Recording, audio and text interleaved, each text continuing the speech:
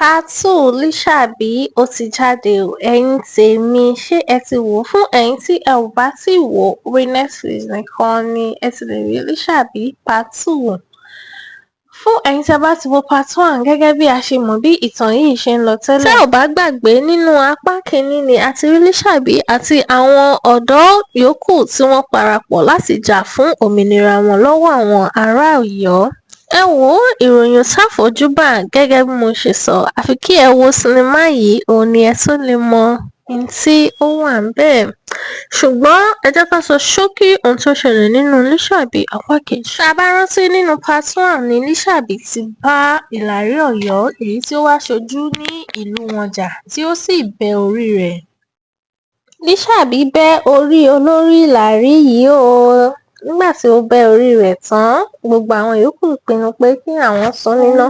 Ṣùgbọ́n LISABI ní rárá, àwọn gbọ́dọ̀ fi ránṣẹ́ sí ìlú Ọ̀yọ́ ni. Ní alẹ́ ọjọ́ náà, wọ́n yọ́ wọ ààfin tí wọ́n sì pa àwọn ẹ̀ṣọ́ ọba. Bẹ́ẹ̀ ni wọ́n sì tẹ́ òkú àwọn Ìlàrí tí wọ́n pa àti olórí wọn tí wọ́n bẹ́ orí rẹ̀ tí wọ́n sì fi sí ní àárín. Wọ́n tẹ̀ síwájú ààfin kábíyèsí.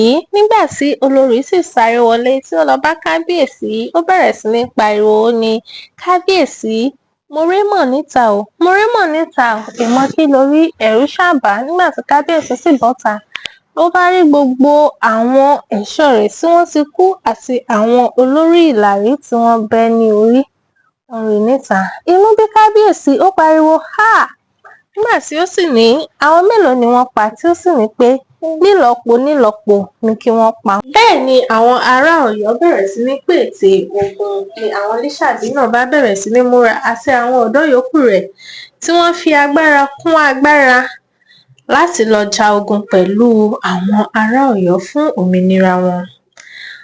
Ọ̀rẹ́bìnrin rẹ̀ Ìkẹ́ọlá ó kọjú sí LISABI, ó ní LISABI, irú èèyàn wo gan ni ọ́? Ta ni ó gangan? Kí ni tí ó gbénú rẹ̀ tí o fi ń da ojú kọ ikú tí o sì fẹ́ máa fi ẹ̀mí gbogbo àwọn ará ọ̀dọ́ ìlú tó fẹ́ máa fi ẹ̀mí wọn wé ewu? Bẹ́ẹ̀ ni LISABI ṣàlàyé bí ó ṣe jẹ́, tí ó sì ṣàlàyé wípé ó ṣàlàyé ẹ̀ wípé ológun ni ìyá rẹ̀ tí àwọn kan sì ń bá ìyá rẹ̀ jà, àmọ́ lẹ́yìn ọ̀rẹyìn nígbà tí LISABI sì mórí bọ́, àwọn ẹbọra kan ni wọ́n wá gbà á lẹ̀. Nígbà tí agbòǹgbò àkàlà sì gbé, òun ni wọ́n fi ń pè ní LISABI agbòǹgbò àkàlà. Ọ̀rẹ́bìnrin rẹ̀ Ìkẹ́ọlá ní wípé èmi náà tẹ̀lé ọ. Nígbà tí LISABI sì ní pé kó dúró sílé kí ó má tẹ̀lé òun, kí àwọn fi ẹnìkan ṣọ́lé torí òun ò ní fẹ́ kí nǹkan burúkú kó ṣẹlẹ̀ sí i. Òun ò sì tíì fẹ́ pàdánù rẹ̀ báyìí. Ṣùgbọ́n Ìkẹ́ọlá kọ̀ jálẹ̀, ó ní òun tẹ̀lé LISABI. Ẹ̀yin tèmi, ẹ jọ̀ọ́ tí ẹ bá ń gbádùn bí mo ṣe ń sọ lọ, ẹ jọ̀ọ́ ẹ bá mi like, ẹ bá mi comment, ẹ bá mi share. Ẹ̀yin tó bá jẹ́ pé ẹ ṣẹ̀ ń ṣe alábàápàdé èmi ọmọ yín kékeré yìí, ẹ jọ̀ọ́ ẹ bá mi subscribe sí orí channel mi yìí. Ẹ ṣé gan ni. Gẹ́gẹ́ bí mo ṣe ń sọ lọ, Ìkẹ́ọlá padà tẹ̀lé LISABI. Ṣùgbọ́n ẹ̀rù ń ba Ìkẹ́ọlá tí ó rí, ó mọ̀ wípé ogun tí àwọn fẹ́ lọ jà yìí, ogun tí ó le gan ni ó bá lọ bá babaláwo wọn wípé bàbá ẹ jọ̀ọ́ ṣé mo lè mọ̀ wípé ṣé LISABI yóò padà dé láyọ̀ àti àlàáfíà pẹ̀lú ogun tí ó lè jà yìí. Nígbà tí babaláwo sì sọ fún un pé mi ò lè dáhùn rẹ̀, ṣùgbọ́n ẹni tí a fẹ́ lọ kojú yìí tí ó jẹ́ ọba ìlú Ọ̀yọ́, ó ní agbára gan, tí agbára rẹ̀ ó sì ń ṣe agbára wẹ̀jẹ̀wẹ̀jẹ̀, agbára ńlá gidi ni ó ní. Ṣùgbọ́n kí Ìkẹ́ọlá lọ bá àwọn ìyá ní Òṣùmàrìngà, kó lọ bá wọn, kó sì lọ tọrọ ẹ̀bẹ̀ lọ́wọ́ wọn kí wọ́n ràn án lọ́wọ́ wípé tó bá ṣe léyìí, ó ṣeé ṣe LISABI ja ogun yìí ní àjàyè. Bẹ́ẹ̀ ni Ìkẹ́ọlá sì lọ bá àwọn ìyá wọn Òṣùmàrìngà. Nígbà tí ó lọ bá wọn, ó sì bẹ̀ wọ́n lọ́wọ́ ẹ̀ pé kán jọ̀ọ́ kán ṣàánú òun nípa ọ̀rọ̀ tí LISABI. Ẹ wò ó, kí á má fa ọ̀rọ̀ gùn. Wọ́n ja ogun yìí o, tí kì í ṣe kékeré.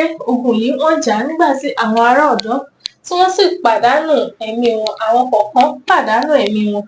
Ṣùgbọ́n nígbà tí ó yá, ọ̀rọ̀ náà kò fẹ́ yé LISABI mọ́ torí ogun yìí ó ti di wípé àwọn ará Ọ̀yọ́ wọ́n ti ń na àwọn LISABI.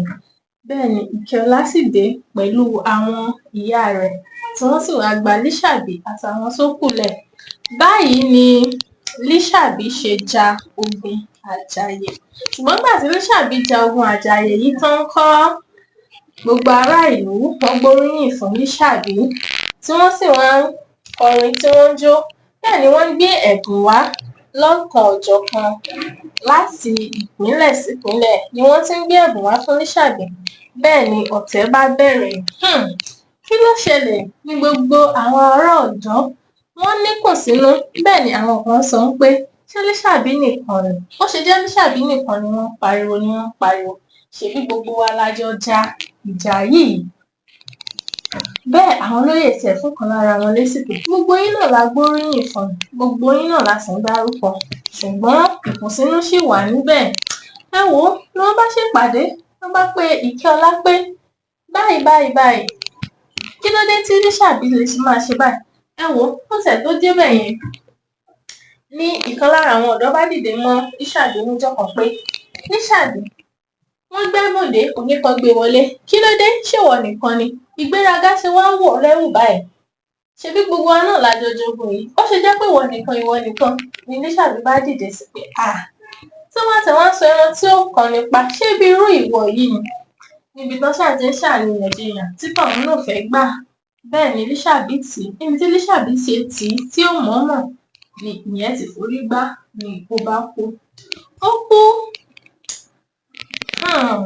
Nígbà tí ó kú, Ìkẹ́ọlá bá tẹ̀ lọ bá LISABI pé LISABI, jẹ́ ká pe gbogbo àwọn ọ̀dọ́ ìlú ká bẹ̀ wọ́n pé ní tí ó ṣẹlẹ̀ yìí ò mọ̀ọ́mọ̀. LISABI bá fárígá. Ó ní láí òun kọ́, òun ò ní bẹ ẹnìkankan wípé ṣebí gbogbo wọn náà ni wọ́n rí nǹkan tí ó ṣẹlẹ̀, wípé òun ni ó ti òun nígbà tí kò sì ń ṣe pé bóyá òun mọ̀ọ́mọ̀. Ẹ wò ó, tèmi ti yín tòótọ́ ní àárín yẹn èmi rí bí wípé LISABI gbẹ̀rù ìgbéraga wọ̀ lóòótọ́, torí pé kí ni tí ò bá tẹ̀ mọ̀ọ́mọ̀ náà nígbà tí ó ti ṣẹlẹ̀ báyìí tí ó sì ti ṣe àṣìṣe láti pa èèyàn, ẹ̀mí ni à ń sọ. Kí ló burú níbi kí LISABI pe àwọn ará ìlú kó sì bẹ̀bẹ̀? Ṣùgbọ́n LISABI fárígá, ó ní irọ́ òun ṣe bẹ́ẹ̀. Ìkùnsínú lọ́tùn lósì nígbà tí gbogbo àwọn ọ̀dọ́ yòókù tí wọ́n jọ jẹ́ aṣojú wọ́n bá pe ìpàdé. Bẹ́ẹ̀ ni wọ́n sì pe Ìkẹ́ọlá náà sí àárín wọn. Wọ́n ní báyìí ṣórí tí LISABI ṣe àti wípé ṣé LISABI nìkan ni tó fi jẹ́ pé òun nìkan ni ó gba gbogbo ẹ̀bùn. Ni Ìkẹ́ọlá bá ní nígbà tóun ti rí pé àwọn kan wà àwọn kan wá, òun ti rí pé ìpàdé yìí ó jọ ìpàdé ọ̀tẹ̀, òun ò sì ní bá wọn ṣe ọ̀tẹ̀ ní ti tòun. Ẹ wò ó, kí ló padà ṣe fún Ìkẹ́ọlá? Wọ́n ṣe kà fún Ìkẹ́ọlá o, àmọ́ kí ló ṣe fún Ìkẹ́ọlá? Ẹ lọ lọ sí orí Netflix ẹ lọ mọ nǹkan tí wọ́n ṣe fún Ìkẹ́ọlá. Nígbà tó yá ó dun LISABI. Ọ̀tẹ̀ bẹ̀rẹ̀ ó, wọ́n dalẹ̀ LISABI nígbà tó sì gbẹ́ kòtò tí wọ́n tẹnu rẹ̀. Ọmọ aráyé mà burú. Ó ní pé ẹni tó bá fẹ́ ṣe rere nígbà míì gan tí a bá wà àyíká wa, àwa ara wa náà ni à ń ṣera wa. Ẹni tó bá dìde wípé òun fẹ́ tún ṣe ó dáa. Àwa tá a wà lábẹ́ tí ò tiẹ̀ ń ṣèjọba náà lámọ̀ ṣera wa pé kí leléyìí ṣe fún ọ̀rẹ́ kan. Ẹ wò ó, wọ́n dalẹ̀ LISABI. Wọ́n dalẹ̀ LISABI. Báwo ló ṣe dalẹ̀ LISABI? Ẹ wò ó, díẹ̀ sókí òun la ní a fẹ́ sọ, àmọ́ àtẹ̀ tí ń fàágùn. Tí a bá fẹ́ mọ bó ṣe dalẹ̀ LISABI àti ohun tí wọ́n ṣe fún Ìkẹ́ọlá, ẹ lọ sí orí Netflix kẹ́ lọ wo LISABI Part 2. Ẹ wò ó, sinimá yìí ó dùn gbọ̀ngbọ̀n kan sí. Ẹ sọ mọ̀ pé sinimá tí ò bá dùn àwọn ò tẹ̀ ní sọ nípa rẹ̀ ní orí ìkànnì yìí. Ẹ̀yin tèmi tòótọ́, tí ẹ bá wo fídíò yìí dé òpin tí ẹ wo dé, ẹ jọ̀ọ́ ẹ bá mi like, ẹ comment, kẹ̀dẹ̀ bá mi share. Ẹ má gbàgbé láti tan notification yìí kalẹ̀, torí pé gbogbo ìgbà tí mo bá ti ń ju fídíò mi kalẹ̀, ẹ̀yin ẹ ó jẹ́ ẹni àkọ́kọ́ tí ẹ ó kọ́kọ́ rí. Ẹ ṣé, ó dìgbà. Ẹ má gbàgbé, ẹ bá mi tẹ subscribe button yẹn tó bá jẹ́ pé ìgbà àkọ́kọ́ tẹ̀sẹ̀ ń ṣe alábàápàdé mi lélẹ́yìí. Ó tún dìgbà kan náà. Ẹ ṣé gan-an ni o.